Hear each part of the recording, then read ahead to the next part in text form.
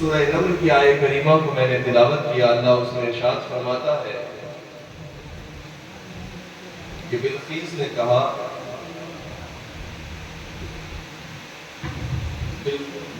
نے کہا اپنے درباریوں سے کہ اے دربار میں بیٹھے ہوئے سارے وزیروں درباریوں، آج میرے پاس ایک عزت دار خط آیا ہے۔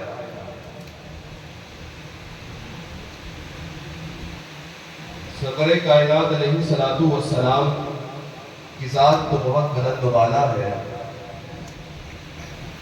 انبیاء اکرام علیہ السلام جن کی تعداد کم و بیش 1,24,000 یا 2,24,000، اس میں 5 ایسے پیغمبران اعظام اور مرسلین اعظام ہیں کہ جن کو قرآن اولو العزم کہتا ہے۔ حضرت نوح علیہ السلام، حضرت موسیٰ علیہ السلام، حضرت عیسیٰ علیہ السلام اور حضرت ابراہیم علیہ السلام، یہ 4 تو ہوئے، پھر 5ویں مصطفیٰ کریم علیہ السلام کی ذات ہے کہ جو کل انبیاء و مرسلین کے سردار اور سرتاج ہیں۔ لیکن ان 5 اولو العزم میں حضرت سلیمان علیہ السلام کا نام نہیں، وہ اولو العزم پیغمبروں میں نہیں۔ دربار سجا ہوا ہے، کیا انسان، کیا جنات، کیا سادی مخلوق اور کیا طاقتور مخلوق ساری ہی بیٹھی ہوئی ہے۔ دربار کا قاصد حضرت سلیمان علیہ السلام کے جسے ہدہد کہا جاتا ہے، پرندہ آج آنے میں دربار سلیمانی میں تاخیر کر گیا۔ جناب سلیمان علیہ السلام نے زجر و توبیخ کے طور پر پرندے سے پوچھا کہ آج تاخیر سے آنے کی کیا وجہ ہے؟ پرندے نے معذرت کرتے ہوئے کہا کہ حضور آج میں ایسی بات آپ کے پاس لایا ہوں جسے آپ نہیں جانتے۔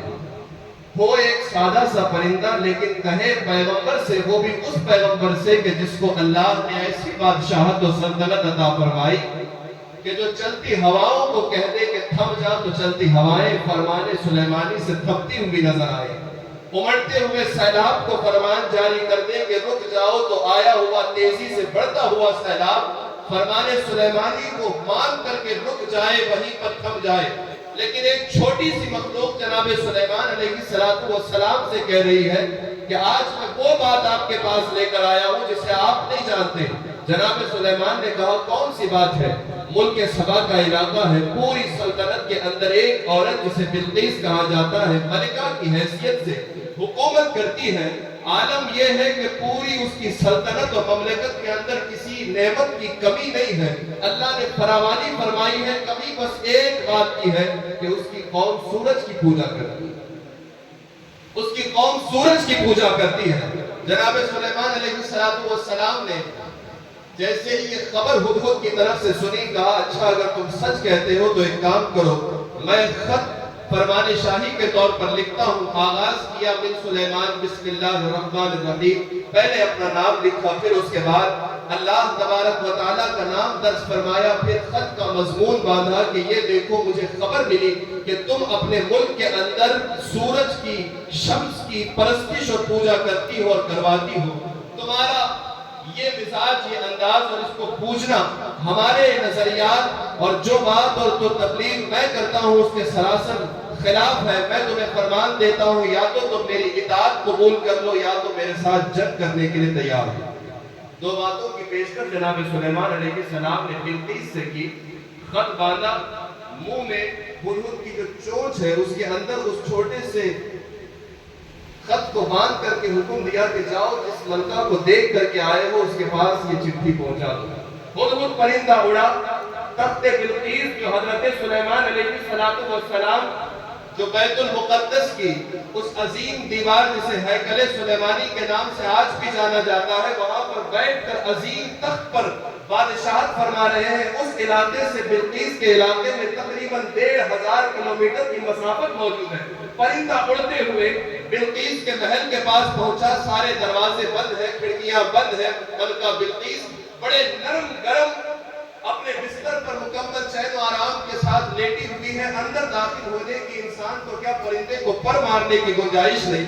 اتنی سیکیورٹی اور سیفٹی کا انتظام کیا گیا، لیکن جب خدا کوئی کام کروانا چاہے تو راستے بھی وہی بناتا ہے۔ خود پرندے کو ایک ہلکا سا سوراخ اندر گھسنے کے لیے مل گیا۔ اس روشن دان نما چراغ رکھنے کی جگہ جتنی ہوتی ہے، وہ اپنے چھوٹے سے جسم کو اس سوراخ سے داخل کر کے اندر پہنچا، جو چٹی چونچ میں رکھی ہوئی تھی اس نے ملکہ بلقیس کے منہ پہ گرا دیا۔ ملکہ بلقیس اچانک جاگ گئی کہ اتنے تمام تر سیکیورٹی اور سیفٹی کے انتظام کے باوجود کون سی ایسی شے ہے کہ جو مجھ پر ایسے ٹپک رہی ہے۔ آنکھ کھلی، خط دیکھا، ایک چٹھی میرے گال کے پاس پڑی ہوئی ہے، نہ جانے کون لایا کہاں سے دے گیا، نہ آنے والے کا پتہ نہ دینے والے کا علم، بس ایک چھوٹا سا خط سامنے پڑا ہوا ہے۔ خط کو کھولا، جیسے ہی خط کو کھولا نام سامنے فوراً آیا، من سلیمان بسم اللہ الرحمن الرحیم، سلیمان بادشاہ اور اللہ کے بندے اور رسول کی طرف سے بسم اللہ الرحمن الرحیم کہنے کے بعد وہ مضمون پڑھی۔ روایت میں آتا ہے صرف خط سلیمانی سے ملکہ بلقیس کے جسم پر ہیبت طاری ہو گئی، جسم پر کبھی طاری ہو گئی۔ اللہ اگر روب دے دے تو ہزاروں میل بیٹھا ہوا بندہ اپنا روب طاری کر سکتا ہے، اور اگر روب ختم کر دے تو لاکھوں کا مجمع لے جا کر بھی ایک کافر کو آدمی کمزور نہیں کر سکتا۔ اللہ طاقت دے دے تو چھوٹے کو بڑا بنا دے، اللہ عزت دے دے تو ادنا کو اعلیٰ کر دے۔ حضرت سلیمان 1500 کلومیٹر مسافت دور بیٹھ کر کے آپ بادشاہت کر رہے ہیں۔ یہ اور بات ہے، حضرت سلیمان کی سلطنت، مملکت، بادشاہت، طاقت و قدرت و اعجاز ذرے ذرے پر چھایا ہوا تھا، لیکن 1500 کی مسافت کے باوجود ذات سلیمانی کا روب اپنی جگہ، خط سلیمانی کا روب ملکہ پہ ایسا پڑا جسم پر کبھی طاری ہو چکی ہے۔ اور اس نے جیسے ہی وہ خط کھولا، مضمون پڑھی، فوراً اس کے بعد اپنے درباریوں کو حکم دیا کہ دربار سجایا جائے۔ سارے وزراء اکٹھا ہو گئے، دربار سج گیا، تخت لگ گیا، ملکہ بلقیس تخت پر بیٹھی ہوئی ہے۔ اس نے درباریوں اور وزراء سے کہا، جانتے ہو آج ایک غیر معمولی واقعہ تمہاری ملکہ کے ساتھ پیش آیا ہے۔ اس نے کہا کیا معاملہ ہوا ہے؟ یہ جو میرے ہاتھ میں چٹھی اور خط دیکھ رہے ہو، یہ آج مجھ تک پہنچا، اور میں نہیں جانتی یہ کہاں سے آیا اور کس نے مجھ پر اس خط کو ڈال دیا ہے۔ رفیقان ملت و عزیزان گرامی، لیکن اس وقت جب وہ بیان حکایت کر رہی تھی، نقل حکائی کر رہی تھی، اس نے بڑا خوبصورت جملہ استعمال کیا۔ قرآن پاک اس جملے کی نقل کرتے ہوئے رب کا فرمان سورہ نمل کے اندر آتا ہے، قالت ایھا الملأ انی القی الیک کتاب کریم، آج تمہاری ملکہ کے پاس ایک ایسا خط آیا ہے جسے میں عزت دار سمجھتی ہوں، کرامت دار سمجھتی ہوں، شرافت دار سمجھتی ہوں۔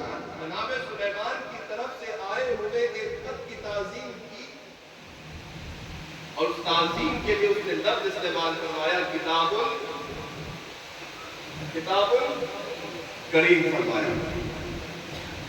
اطاعت ابھی قبول نہیں کی، لاؤ لشکر لے کر حضرت سلیمان کے پاس نہیں آئی۔ واقعہ بڑا تفصیلی ہے، پھر اس نے جانچ پڑتال کے لیے حضرت سلیمان کے پاس موقع تائید دے کر اپنے 80 خادموں کو بھیجا، کل خادماؤں کو بھیجا، خادم کو خادمہ بنا دیا، خادمہ کو خادم کے بھیس میں تبدیل کر دیا۔ دیکھیں نبی ہے تو پہچانتے ہیں کہ نہیں، لیکن لمحے بھر میں جیسے ہی خادم اور خادمہ مرد عورت اور عورت مرد کی لباس میں ظاہر ہوئے، حضرت سلیمان نے اپنے اعجاز اور علم کے ذریعے سے جو من جانب اللہ عطا کردہ تھا، لمحے بھر میں بھانپ لیا کون مرد ہے کون عورت ہے۔ سارا کچھ کچھا چھٹا کھل گیا۔ ایک سونے کی اینٹ تحفے میں آئی تھی۔ حضرت سلیمان نے دربار میں موجود اپنے بڑے بڑے لوگوں سے کہا، کون ہے کہ اس وقت میرے لیے پورے علاقے کے اس دیواروں کو سونے کی اینٹوں میں تبدیل کر دے۔ آپ کے حکم سے فوراً دیواروں کو سونے کی اینٹوں میں تبدیل کر دیا۔ وہ قافلہ جو بلقیس کی طرف سے آیا تھا، ایک سونے کی اینٹ لے کر، بچھے ہوئے فرش، لگی ہوئی دیواروں کی سونے کی اینٹ دے کر، ایک اینٹ کے سونے کا تحفہ دینے سے اپنے آپ میں حقیر جاننے لگا۔ وہی لے کر قافلہ واپس پہنچا، پورے واقعے کی نقل اپنی ملکہ کے پاس کی۔ لیکن ملکہ نے کہا کیا کہتے ہو، ان سے جنگ لڑنا چاہیے کہ اطاعت قبول کرنا چاہیے؟ کچھ وزیروں نے کہا کہ بہتر ہے کہ ہم اپنی عزت کے لیے لڑیں، کچھ لوگوں نے کہا کہ نہیں، وہ بڑے طاقتور معلوم ہوتے ہیں، سچے معلوم ہوتے ہیں، بہتر ہے اپنے آپ کو حوالے کر دو۔ ملکہ بلقیس پہنچی اپنے پورے لاؤ لشکر کے ساتھ، اور جا کر کے حضرت سلیمان علیہ السلام کی بارگاہ میں اپنے اور اپنے تمام حوالیین کو حوالے کر کے ایمان لا کر جناب سلیمان کی آغوش میں اپنے آپ کو حوالے کر دیا۔ علماء فرماتے ہیں اس میں کمال نہ تو بلقیس کے وزیروں کا ہے،